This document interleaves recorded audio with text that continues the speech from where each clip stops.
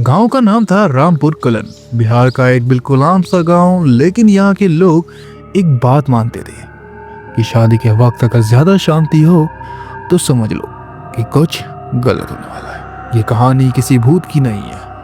ये कहानी एक ऐसी जिंदा लड़की की जो शादी के बाद धीरे धीरे खुद ही गायब हो गई। जी हाँ, सुमन अपने माँ बाप की एक लौती बेटी थी।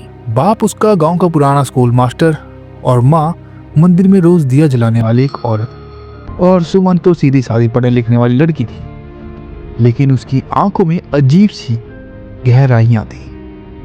उसके लिए रिश्ते आए गांव से थोड़ा दूर एक पुराने जमींदार के घर से।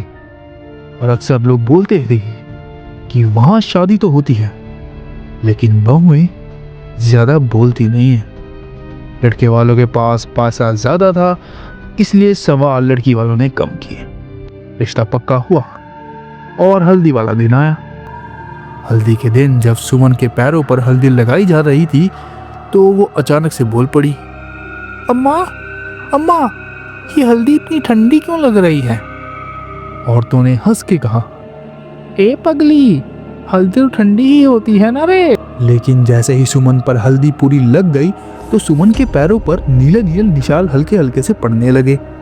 माँ घबरा गई और बोली, अरे अरे, ये तो ऐसा लग रहा है जैसे किसी ने उंगलियों से पकड़ लिया हो उसको। माँ ने सोचा शायद मेरा वहम है, तो उसने जाने दिया।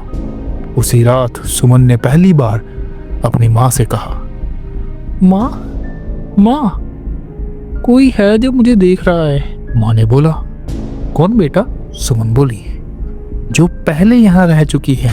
उसके बाद सुमन चुप हो गई। उसकी माँ ने सोचा शायद शादी की तैयारियों की वजह से थकान हो गई है, इसलिए ऐसी बातें कर रही है। अगली सुबह ससुराल की तरफ से तोहफे आने लगे।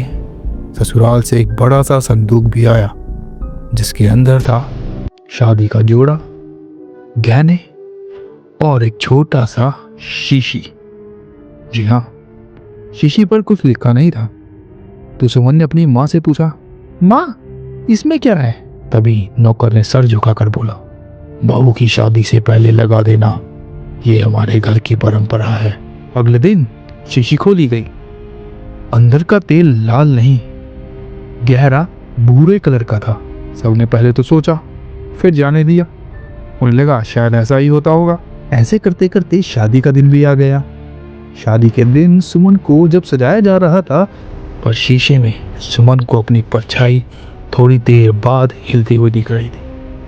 उसने सोचा शायद थकावट कारण मुझे ऐसा लग रहा है। थोड़ी देर में जयमाला का भी वक्त आ गया। मंडप में जैसे ही सुमन आई, उसने माला पकड़ते ही कहा, सुमन रोती हुई आवाज में बोली, मुझे यहाँ से ले चलो, ये मेरी शादी नहीं है। सब लोग चौंक गए। लोगों ने बोला, शायद शादी के डर से बेटी ऐसी बोल रही है। और ये करते करते मुहूर्त भी निकल रहा था, तो जल्दी जल्दी शादी आगे बढ़ाई। शादी के बाद ससुराल पहुंचते ही घर की सास बोली, इस घर में रात को आईना देखना मना है। सुमन ने बोला, आखिरकार क्यों? सास ने ठंडी सी आवाज में बोला, क्योंकि यहाँ सिर्फ एक चेहरा नहीं होता। सुमन ने कहा, ठीक है, और समय आगे बढ़ने लगा। धीरे धीरे बदलाव आना शुरू हो गई। अगले कुछ रातों में सुमन बात कम करने लगी। अक्सर कोने में बैठकर कुछ गिनती रहती और उसके हाथ हमेशा ठंडे रहते। एक रात उसने अपने पति से कहा, मुझे लगता है मैं यहाँ पहले भी आ चुकी हूँ। तो उसके पति ने मुस्कुराते हुए उसकी बात टाल दी। कुछ दिनों बाद उसे पता चला कि हवेली में एक पुराना कमरा था, जिसे हमेशा बंद रखा गया था। जब सुमन उस कमरे के पास गई तो वो कमरा उसे अपने आप खुला मिला और अंदर से मिला पुराने शादी के जोड़े, सूखा हुआ सिंदूर और दीवार पर एक लाइन लिखी थी, जो यहाँ आई उसने अपनी जगह दे दी।